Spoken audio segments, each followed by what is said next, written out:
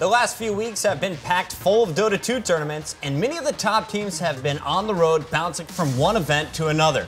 Under these grueling conditions, it's hard to practice and even harder to improve. Despite all of this, Natus Vincere has managed to field incredible performances at their last 4 events. We reached out to Godz from Beyond the Summit to get his thoughts on Na'Vi's success. I'm Godz from Beyond the Summit. I'm a Dota 2 commentator, a former professional player from the Australian scene, and now I spend all my Dota 2 time just casting games. Na'Vi's a team that everyone expects to always just perform, especially on LAN. So their last month has just been absolutely phenomenal, especially considering that they've been traveling all over the place. They've had 2 tied third places at EMS as well as MLG, but they've also taken home 2 gold medals, both at the Dream League as well as the Tech Labs tournament in Russia. So they've had 2 first place finishes, which is, I mean, for Na'Vi, it's what you'd expect. And the 3rd and 4th place finishes, while not the sort of top result for a team like Na'Vi, the fact that they can actually maintain these kind of consistent results over a 1-month period, even though they're not getting first place at every event, is still really spectacular. The main issue for Na'Vi when they're traveling every weekend is a different LAN tournament. I think they've maybe had 1 weekend off in the last 5 weekends. There's been a different LAN for 4 of the past 5 weekends.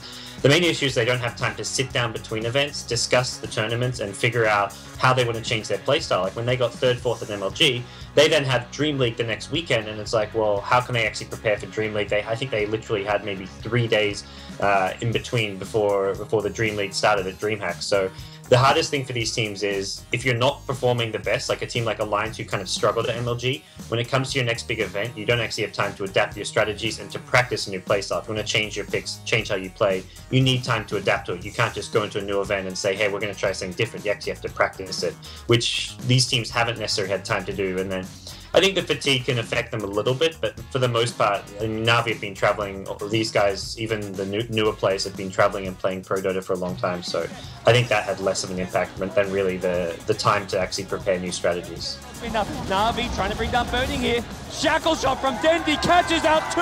What a play coming out from him. Power shot gets a 2nd, double kill for Dendy. For a team like Na'Vi, I feel though their strength is their ability to adapt to their opponents throughout a LAN tournament. That's where if they go into a tournament and have a bad rocky group stage, like has happened at the International, it's happened. When they went to China and played in the Alienware Cup, it happened. They finished last place in their group. They went on to win the tournament. They adapt to their opponents, figure out how they play, and will change their draft accordingly. And that's where, like, they went up against DK in the semifinals of MLG and produced an amazing series because they figured out how DK played during the group stage, figured out how to draft against them, and while they didn't actually get the win there, they still produced one of the best series that MLG had. So for Na'Vi, I think the practice is important so that they can have maybe some set strategies, but once they actually get to the LAN, the reason why a team like Na'Vi is so good is because they adapt. There in the front line, he's going to avoid him, he's going to go for the Bane here.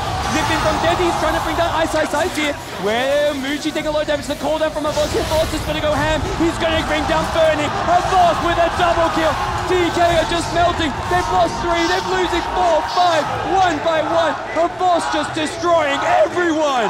I feel teams like LGD during the International 2 couldn't really do. They went undefeated in the group stage, but they played the same style over and over again. Once teams figured them out, they couldn't adapt. And then a team like Alliance, it was a similar thing. Luckily for them, at TI3, no one actually figured them out, apart from Na'Vi, who started to at the end, but it was just too little too late. So teams have now figured out Alliance, and it's come after the International, and Alliance is starting to struggle to get the same results they had in the past. All those 4 mentioned LAN tournaments they've been to in the last month and a half, I think the toughest tournament of all of those would have had to have been MLG. The 3-day schedule and just coming all the way over to the US from the Ukraine and having teams from all over the world. At EMS, you had VG Gaming from China who ended up taking the tournament, but MLG just seemed to have that much more prestigious feel to it when you've got, we had the crowdfunded prize pool. It was probably the closest thing to an event like the International. It probably was the biggest event after the International, and I think that was some added pressure onto Na'Vi when they went to tournaments like Dream League, EMS. I don't think there was quite the same pressure as playing at MLG, so I'd say without a doubt MLG was probably the toughest tournament for Na'Vi. And here's what the last 4 weeks have looked like for Na'Vi. Russia, US, Sweden, Poland. Man, Desi, you gotta hope that these guys are racking up the frequent flyer miles. Might be time for a well-deserved vacation, huh? I think so.